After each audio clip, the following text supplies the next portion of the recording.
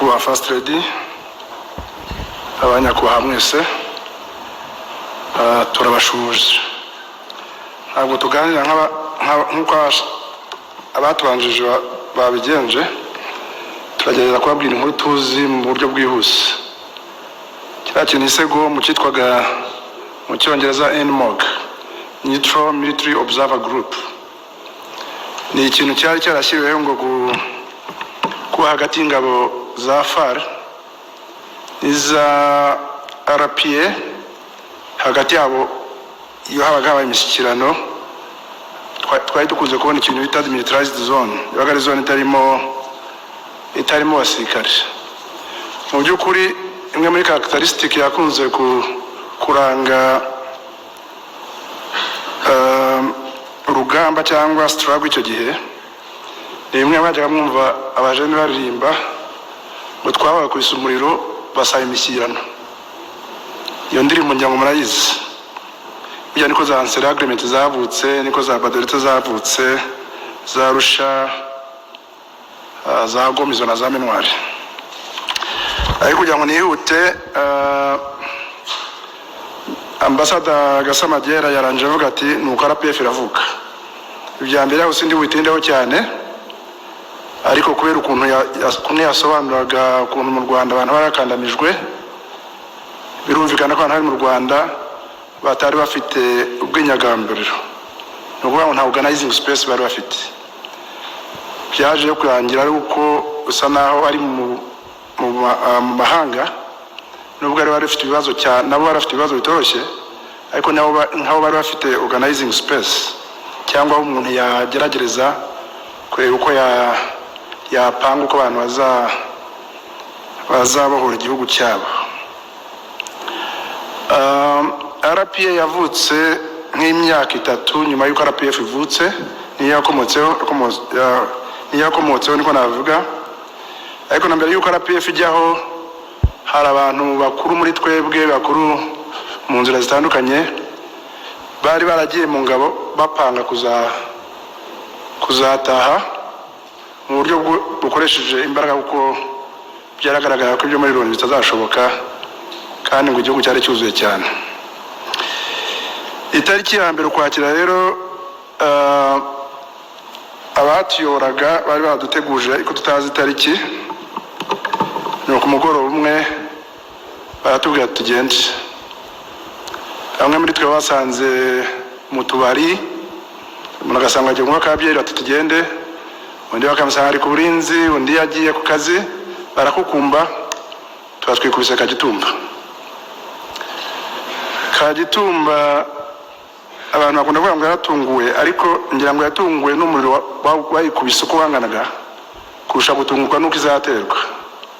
Hari mu office wa FAR witwa Murengerantwari yabaga Gabiro, yatubwiye ko baramaze ibyumweru 2 bazi ko tugiye kubatera, ariko Chantal yabivuze bumvaga tutabashobora. Bari inzirabwoba, ntabwo bari ingirabwoba. Ariko nyine ubaye umuriro hariya tariki ya mbere y'ukwa 10 muri 1991 mwese muzi, mwanayibonye muri museum. Nakwinkarejinga abantu cyane kujya basura iyi museum, n'uyije mu bwa mbere byaba byiza yigarutse mukanayigarukamo. Guys, ndizera ko mumeze neza kandi mumeze fresh ahantu hose muri. Nyemerera nanone twongere twinjire mu nkuru y'uno munsi. Muri uno munsi nyemerera twinjire mu buryo inkotanyi zabohoje urugamba. Guys, kora subscribe nimba utarakora subscribe kuri PK Media Info. Ni exclusive news twibanda kuri politiki na diplomasi. Hangaha guys, uraza kwibaza ukuntu ndagira ngo mbare. Guys, ndizera ko mwese mufite amatsiko yo kumenya uburyo RPF cyangwa se inkotanyi zafashe igihugu cy'u Rwanda. Ibi ngibi ngira ngo n'ubwa mbere babisobanuye barite na Colonel, ndavuga abarwanye intambara y'u Rwanda, abarwanye cyangwa se ingabo zabohoje u Rwanda. Ngira ngo harimo barite na Colonel Karenzi Karake, bagiye babohora iki gihugu. Nyemera nanone wongere wumve ni ikiganiro kirekire ariko uza kumva ukuntu bagiye babohora igihugu cy'u Rwanda. Ngira ngo nawe ufite amatsiko se bagenze gute, byagenze gute, baciye hehe, ese baciye he? Ingabo za Habyarimana zari zimeze nabi, zari zaragose ahantu hose, zari zizi neza ko haduye ari hafi. Ibi rero ni urugendo rurerure, reka mbareke gatoya maze ugende mwa. Ariko guys, nyemera nimba utarakora subscribe maze ukore subscribe, ukore no kuri ako kantu, maze tuzaje tugenda tubana 5 kuri 5. Iyi ni PK Media Info, nge nitwa Mr M. Reka tugende maze twumve.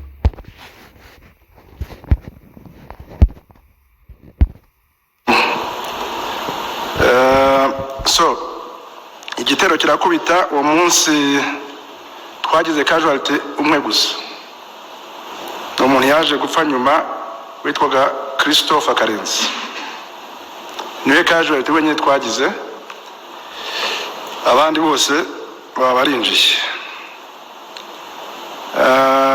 Kuri uwo mugoroba General Fred Gisa Rwigema wari chairman wa RPF, wari n'umukuru w'ingabo, yaturemyemo imitwe ine. Kintu umuntu yakwita battalions, ariko abasirikare bumva ko atari battalions ukurikije imibare ubundi ba muri battalion. Aturemyemo iyo mitwe ine, aduhaye briefing. Iya mbere yo kuvuga ngo wumva afite ubwoba niyisubire kuko haracyafunguye. Atumpa ko haracyafunguye, ufite ubwoba nasubireyo. Iya kabiri, abo bagabo mureba bambaye uniform, buriya bintu bambaye hano bifite icyo bivuze. Iyo kibonye uri umusirikare umenya urwego ariho, ukamenya n'igihugu aturukamo. Iyo briefing yayitanze, ariko yavanyeho inyota ze azishyirwa mu nzu aho ngaho, n'abandi bazivanamo. Kuri njyewe message yari kuvuga ngo ntimukira abagandi, kuko abenshi twari twavuye muri ntara yarubo ntimukira abagandi. Siko yabivuze, ariko niyo message umuntu yavanamo. So iyo mitwe ine iraho briefinze, abirukanse imbere bagiye bisanzwe, deployments zakozwe hari imbere. Mu gitondo ubwo ngeze tariki 2 aduye aratera, aragaruka. Ni bya bindi bita counter attack cyangwa attack service. Arababwira ati tugende turi kurwana n'uri aduye. Niko n'ubundi igisirikare kibigenza. Baragiye cyangwa turagiye, hanyuma nawe araza komanda bisanzwe. Ngira mu munsi wari wageze baramurasa. Urumva attack yari yabaye nzima, ariko baramurasa. Nubwo yari yapfuye nyine, akazi ko karakomeje. Abenshi twanahise tubimenya.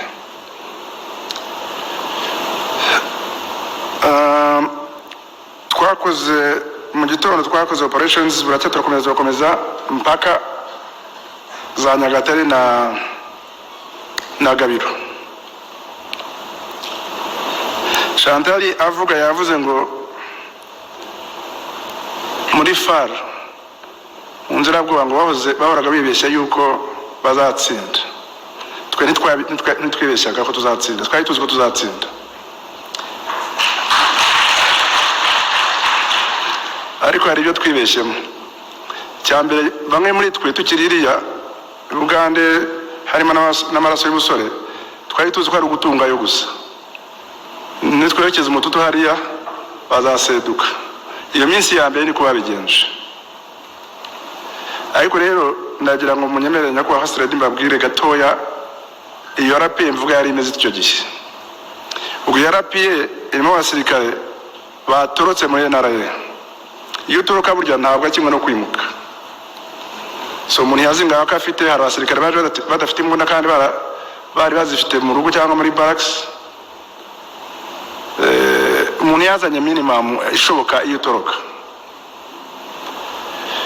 ariko tuza dufite morali nyinshi cyane, twumva kabisa tugiye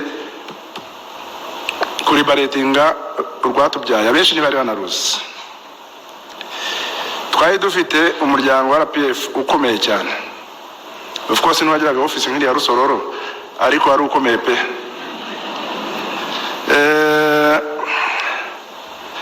Twari dufite abantu mwiyo group barwanya intambara ahandi.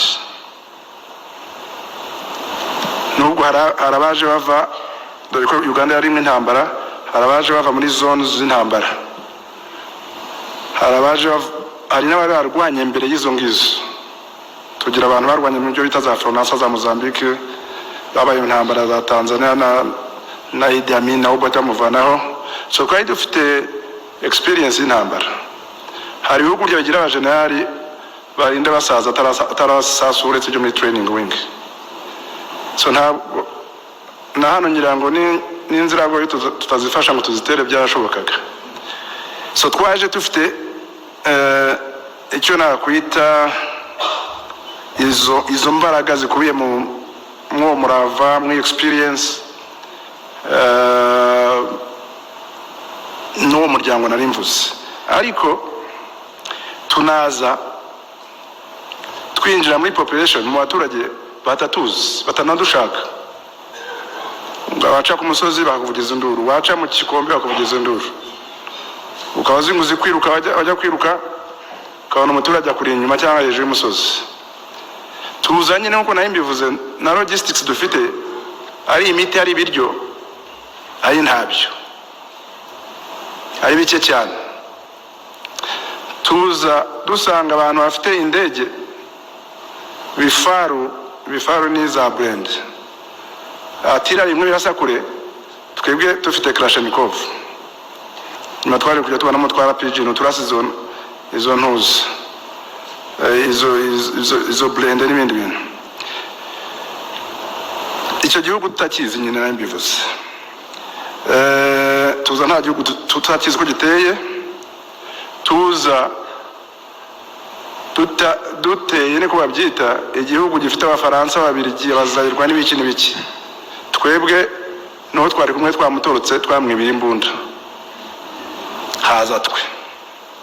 So muri rusange, uretse no kuba nta leta, burya ni leta, nubwo yaba ari leta idashinga, intambara nk'iteye ifata amafaranga ya social, igafata BNR, igafata finance, igafata Minagri, igafata hari institutions zose ifata resources na infrastructure zo igashyira hamwe, ukahangana n'ikintu gikomeye.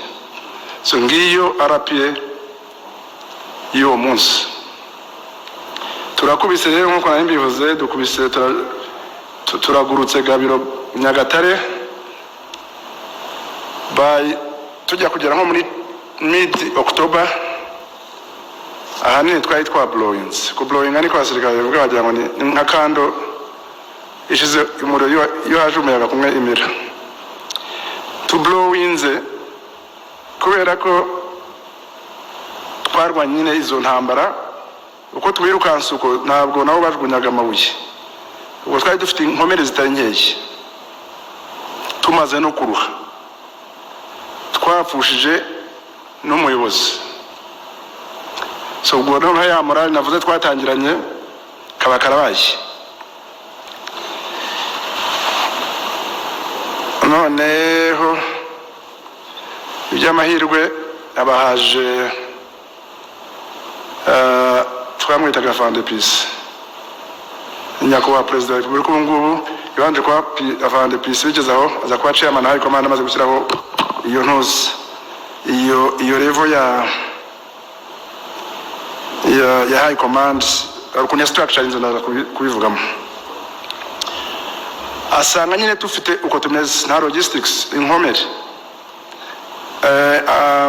nta miti, ariko dufite igihugu kingana n'umusozi. Asanga twarafashe n'icyemezo cyo kurwana intambara bita conventional warfare. Ni nka kubibona Iran ikubita na kwikubitwa, Amerika ikubita Iran, bijya bisasu, ikabira iweyinga kuvuga ati nohereze abasirikare cyangwa no koherezayo. natwe twagatureze gatuza imbere y'izo burende na tirare n'indege n'abafaransa bari aho ngaho baje tukibafata ari operation yose nari Norwa babeshya ko ije kurinda abanyamahanga ariko mu by'ukuri bari kuri front line njyewe nababonye rwose nuko mbyihutisha ariko nzi n'izina ry'abanaga na Kabirigi n'abanaga na Bizimungu n'abanaga na Musonera muri Central Command. So iri command yagifiteho n'umufaransa umusirikare w'umufaransa abantu bose barabazi abantu benshi barabazi. So ahageze aravuga ati arabireba asanga agomba kugira ibyo ahindura. Icyambere yahinduye no kuvuga ngo yarabitubwiye n'abatari bakuru cyane ntabwo watsinda intambara ufite inkomere zingana gutya utagira aho uzivurira ntabwo wa maintaining morale y'abasirikare bakomereka batya none nambazi ntabwo zakomeza kuzamuka ahubwo ziragabanuka. So aratubwira ati mupange withdraw iri order muve mu birindiro ariko mu buryo butari kwirukanka gusa. So icyo kintu kiratangira ubwo ni mu twatangiye kujya towards the end of October hatangira ko gahunda yo kugira ngo abantu bave mu birindiro mu Mutara hari open igifaru bicyorohera kunyana ahantu hari open afunguye atirare pisi yoroshye yutera ahantu afunguye kurusha mu ishyamba n'indege byorohera kurasa ikureba kurusha itakureba ariko noneho na territory aho kugira ngo overstretch ni nko muracyumva no kugerageza kugira ubutaka bunini cyane burenze ubushobozi bwawe bwo kuburinda. So ati igihe cyo kurwana ubutaka ntikiragera. So gahunda bako abantu bari retreatinga bakajya mu birunga ariko none naba yuko tugomba kutemera haduyi kugira ngo wese agende yirunde kuri abantu bagiye mu birunga.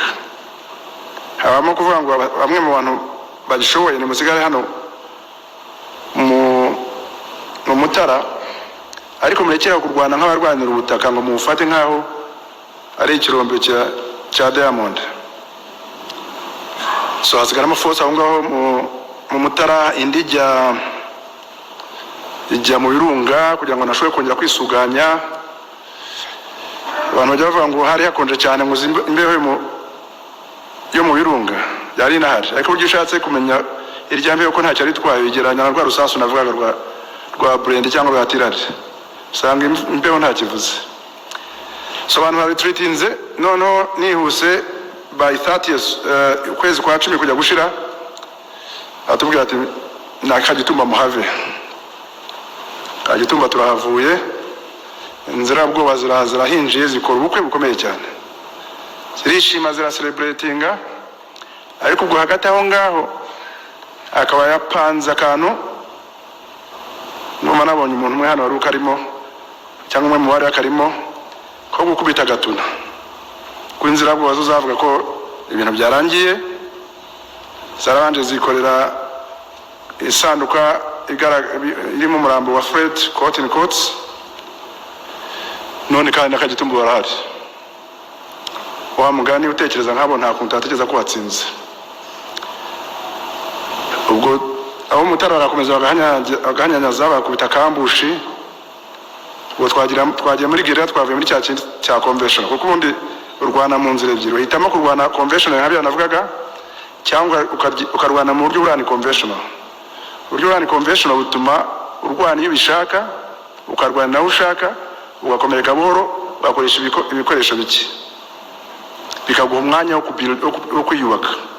Niyo rero gahunda yadushizeho hataca kabiri n'itariki 30 n'itariki 3 bumva gatonerashwe bayirwa abantu bashibukiye se ko abantu tuzwa bapfuye bashize bigenze biti gatona barayikubise ubwo urumva morale yacu ukuntu izamutse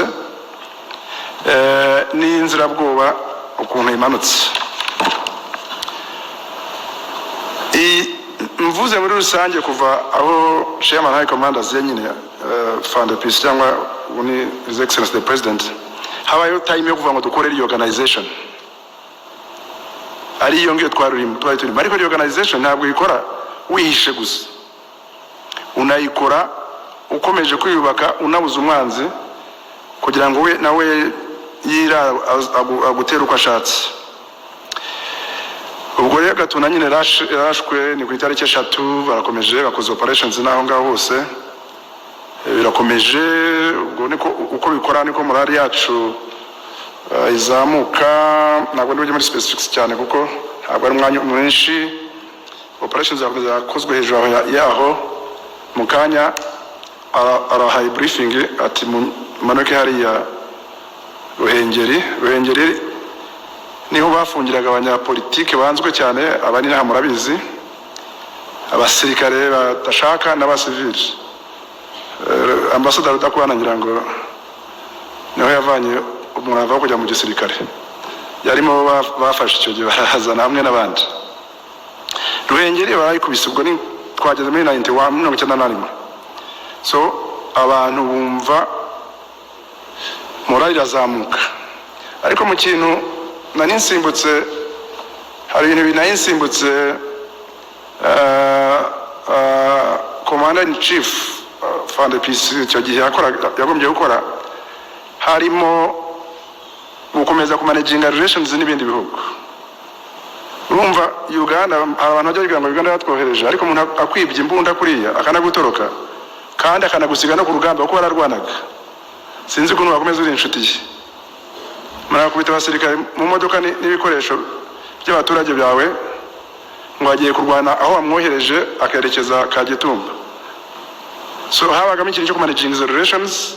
Navuze mvuga ko Abafaransa Ababiligi Abanyazayirwa n'abandi bari ku mpande za leta yari hano twebwe uwo twakabaye tubana yari uwo twari twibye imbunda n'abasirikare n'ibikoresho. So that be haguma kwamo effort yo kugira ngo to building relationship n'icyo gihugu ariko n'ibindi bihugu. So nubwo twari dufite ndaje nyivuge mu kanya ko twari dufite umuryango wacu wa RPF ariko habayemo imbaraga cyane z'icyo gihe za president akagomba no kugira ngo yumva abantu habayemo ikintu cyo guhongana. Basirikare bagize wasi kabaye bakubititse wari umuyobozi we yapfuye ari nawe umuyobozi wa RPF. So no kugira ngo ngere imbaraga mu mikoranire y'abari ku rugamba n'umuryango nacyo cyari ikintu gisaba ko uri umuntu uri talented. So ukagomba ku managing relations n'ibindi bihugu ngera imbaraga mu mikoranire y'abari kuri front line n'abasigaye inyuma ukanapanga izo operations zizagarurira abantu morali yo kugira ngo bakore abarwayi bavurwe gukomereka bikeya n'ibindi. Ubwo nizo zaje niho haje cya za Ruhengeri za Gatuna ndabivuga nihuta haza kuza n'igihe none bongeye kweza force mu Kagera. Idea was kugira ngo aduyi nawe ajya horora aho ngaho nkawe yagavuga ati aduyi azajya Rwanda aho nshaka ngewe ninshaka kwajya mu Kagera azajyayo ninshaka kwaza Gatuna ze ninshaka kwaza Ruhengeri ze gutyo. Noneho ubwo yo ni guerrilla warfare ifite tactics nyinshi ndayicamo nihuta. Noneho tumaze kugarura imbaraga aravuga ati ariko ababyara Imana n'abantu bakajya bakunda kutwirataho burya buri musirikare wa RPA hari amagambo abiri y'Igifaransa yabagaze ikintu cyitwa centimetre. Twarenze tukigera i Kigali abantu bari muri centimetre kuva ku murindi kuva kuri boda. Ikindi bari bazi ni ikintu cyitwa rowiti. Niyo buriya honorable yamemye yavuga ikintu cya rowiti. So bitangira kuvuga ko nta na santimetre tugira nta na santimetre bagira ntaho waba hejuru yo kuba bagande yo kugira imirizo kutagira iki nta na santimetre. Noneho muri hagati ya July 91 na December aravuga ati rero harageze yuko mufite imbaraga harageze ko muca haduyi muca ku butaka certain places hano hamwe ahave mushinga ibirindiro in some places mukomeze munagire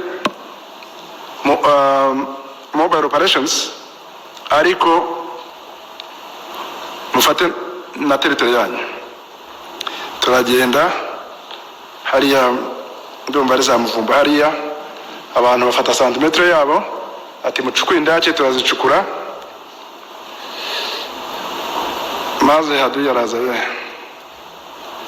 Haduyi aza yari afite ibitero amazina menshi hari za Rukokoma hari na ratissage combine za ratissage combine n'ibindi ariko burya iyo ugize Imana Haduyi akagusanga muri defense yawe abakorohereje akazi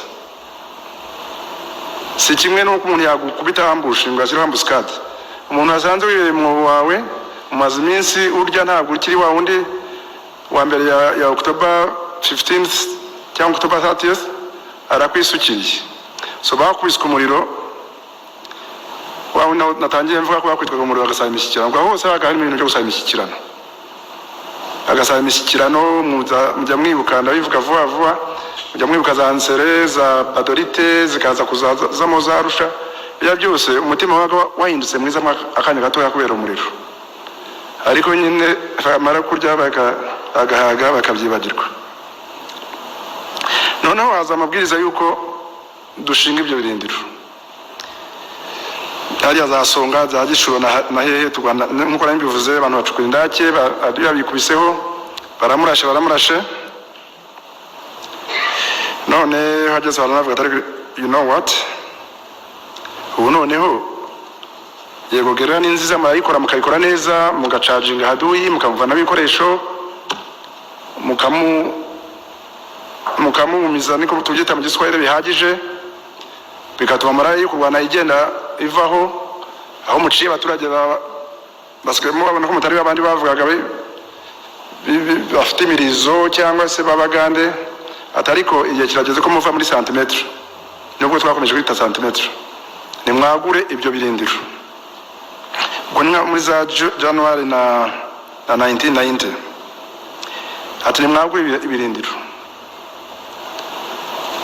aduha amabwiriza y'ukuntu tuzaturwana ariko bamwe muri twe cyane abari abashumba bakaba basanzwe babizi hari abantu cyane bajyaga bakirana bagakubitana hasi umuntu akakubita undi mutego bitaga ngo ni rugondi hene arabwira ati nubwo mbohereje kwagura iyi territory n'ubundi simvuze ngo mugende muhura umuntu ku muntu gutya mujye muturuka inyuma muturuka iruhande ni mushaka rimwe rimwe mweshyeshye bafite agafosi kamurasa imbere ariko harabaciye inyuma abahungu baje kubyita nabo bari kumwe bashiki babo ngo ni indwana rugondi hene tujya muri rugondi hene Haduyi yaracanganyikirwa uzi ko ufite blende ufite atirare ufite indege ariko udashobora kujya muri toilet kabuti n'insohoka nkajyanga muri toilet umugabo aranyica ninjya guteka uriya mukobwa ara sniping umuntu agahera mu ndake kandi afite indege ntabwo indege iri guteruye ngo ijyane Kigali igiye kuruhuka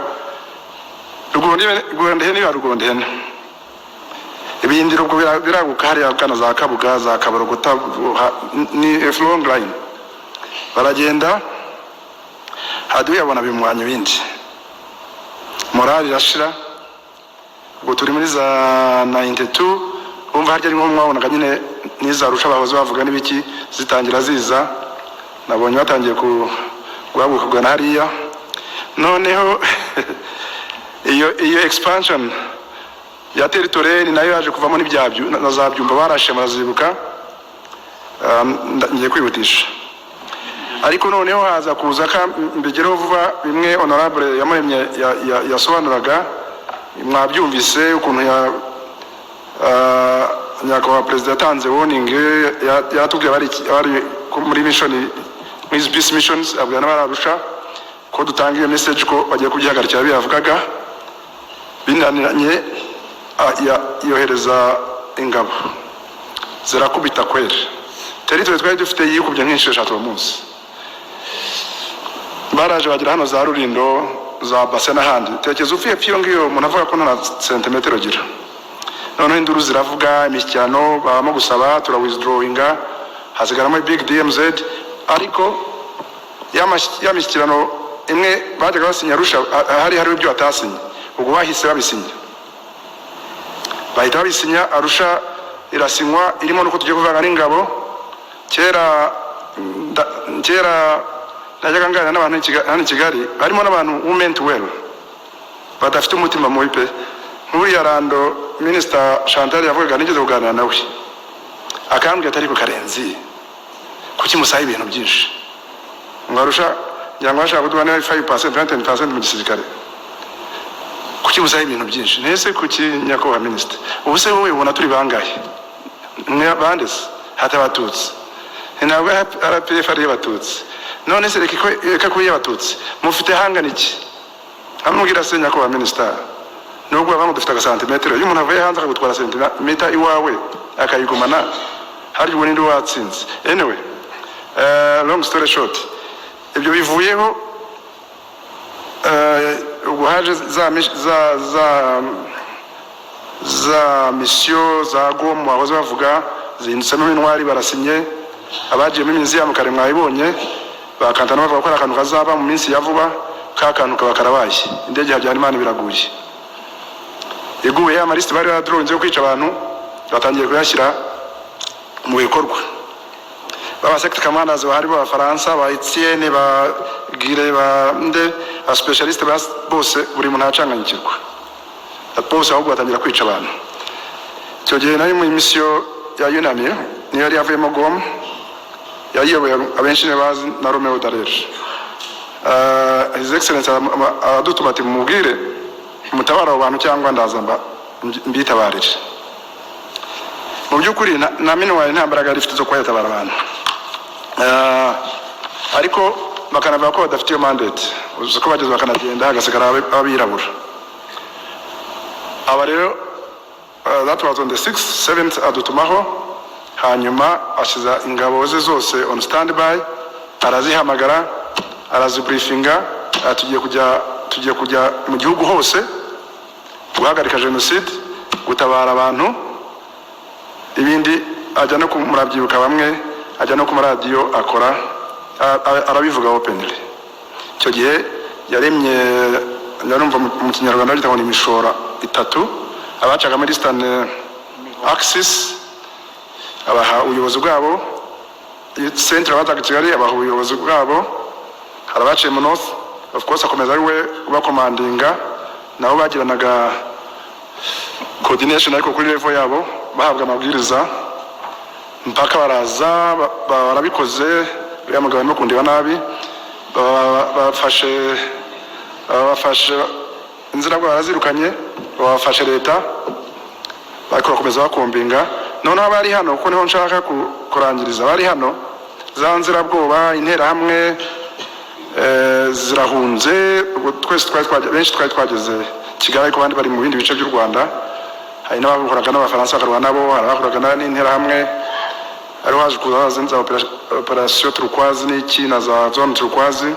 Abari hano rero baba retreatinze, bafashijwe nabo Abafaransa baje muri za operation turquoise, barabamukije muri Congo, cyane cyane Eastern Congo, Bukavu na Goma, ari hati hagiye Tanzania.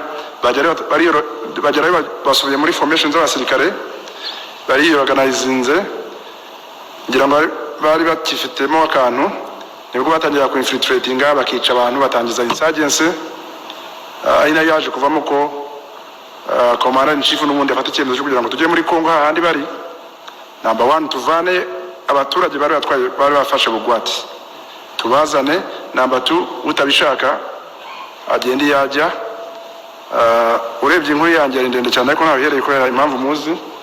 Nkaba ariko nshaka kubabwira nyakubahwa First Lady ko aho twara turi ku rugamba hari n'abategarugori bari part of the struggle. Abangira ngo nubwo twatwaye umwanya, nako twahawe umwanya mutoya, nsabe honorable Oda agira icyo bivugaho. Murakoze. Murakoze nyakubahwa First Lady. Rakoze afande,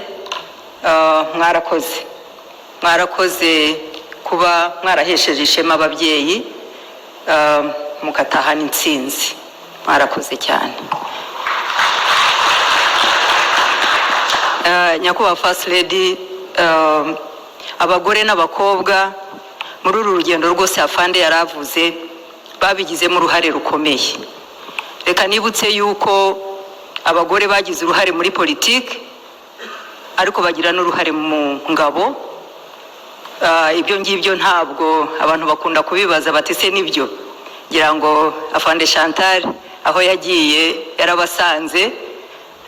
Nagira ngo mvuge yuko ikintu cya mbere yuko wenda niyo gahunda yo kubohora igihugu itangira, hari ikintu gikomeye cyane umugore yagize mu ruhare, kuko ibintu byose bigira ikibyubaka. Ikintu cyari gikomeye n'uburere. Ababyeyi bagize uruhare rukomeye nyuma y'ibibazo byabaye mu gihugu, abagiye mu buhunzi ndetse n'abasigaye mu gihugu bari bafite intumbero nziza, bareza abana neza. Uko kurera abana neza, babigisha umuco, babigisha amateka, ndetse turibuka yuko kubera ko benshi bari baravuye no mu Rwanda, abari bakuru bari bazi ibibazo byatewe n'amacakubiri. Birinze rero kuba bagarura icyo kibazo mu bana barera. Ndanemeza neza yuko uyu munsi tutari kubona ingabo nk'izi ngizi iyo nabo barera nabi mu rwego rw'amacakubiri. Icyo cyari ikintu rero gikomeye cyane mu bihe bikomeye, mu bihe bikomeye by'ubuhunzi, mu bihe bikomeye by'ubukene, mu bihe bikomeye by'inzara, by'umutekano muke.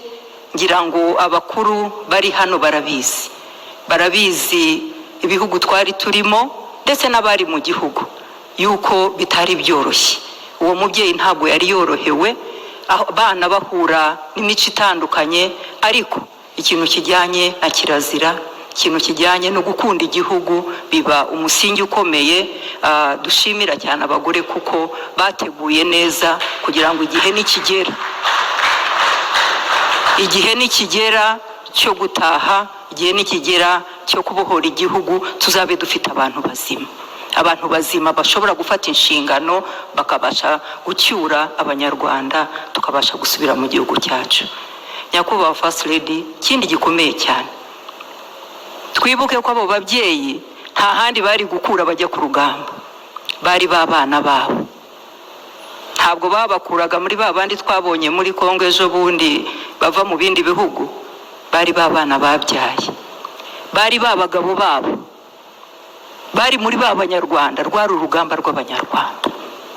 Wa mugore yagombaga kurenga amarangamutima, akarenga kumva ko wa mwana, ndabivuga muribuka, murabizi mu nda uko biba bimeze iyo umwana agize ibibazo. Ariko na wa mugabo wagiye ku rugamba, benshi bari bato, hari abari bakiri abageni, hari abari bafite abana batoya cyane. Muri bya bibazo navuze by'ubuhunzi, umugabo arahagurutse aragiye, umwana uramutanze, harya usigaye. Ariko muri kwa gukunda igihugu, muri za nyigisho za RPF zari zarabanjirije, zamwubatsemo imbaraga zo kuvuga ngo nawe aho ari ku rugamba ntabwo ari bwikunde, arareba rusange abanyarwanda, arareba kugira ngo igihugu kizabashe kubohorwa. Turabashimiye rero ababyeyi bahekeye u Rwanda intwari. Nyakubahwa First Lady, munyemerere dushimira abagore basigaranye imiryango, basigaranye abana, basigaranye imiryango minini, uretse na wa wundi we wari urimo abana bato cyangwa abo bari baturanye. Ariko ntabwo batesheje agaciro abagabo bagiye ku rugamba, bitwaye neza, bafata inshingano. Mu busanzwe yo kuyobora urugo ari inshingano y'abagabo. Ibi byose byaje bimwituraho, ntabwo yagize umwanya wo kubyitegura. Ariko kubera ko politike ya RPF yari politike isobanutse, yari politike ifite ingamba, ifite impamvu, byari byoroshye rero hamwe n'izo nzitane kugira ngo umugore nawe avuga ati nanjye ngomba kugira uruhare rwanjye. Nyakubahwa First Lady, turabashimira kuba mwarasigaye mukahasigara gitwari, abagiye bakabasha gukora ibyo bagombaga gukora batuje, nubwo bitari byoroshye. Umugore nanone nyakubahwa afande yabivuze, urugamba nta bikoresho bwari rufite, nta mafaranga menshi, nta gihugu cyari gihari, ariko wa mugore nanone yakoze uruhare runini rwo gushaka izo nkunga, rwo kugira ngo babashe kubona bikeya. Na nyogokuru, sinzi abato bari hano bashobora kuba batazi umweko, cya giceri yahambiraga ku mweko ni nk'uyu nguyu, yaragihamburaga akagishyira mu musanzu. Hari benshi nabonye hano twabanye, bitewe n'ahantu abantu bari bashakaga uburyo bwabo burimo kuba ari umugore ukomeye ubika ibanga, akamenya ariko n'ukuntu akora ku buryo abana bari ku rugamba baticwa n'inzara. Byarakozwe hirya no hino, ntabwo nabisubiramo kubera umwanya. Abatetse amandazi, abatetse ibisutumbuwa n'ibindi barabitanga. Nihuse yabivuze afande, abana bacu b'abakobwa bafatanyije n'abasaza babo bafata imbunda, bambara mukotanye, barakotana. Navuga ko muri icyo gihe, muri za ndangagaciro umukobwa agira n'umugore, hari ikibazo gikomeye cy'inkomere.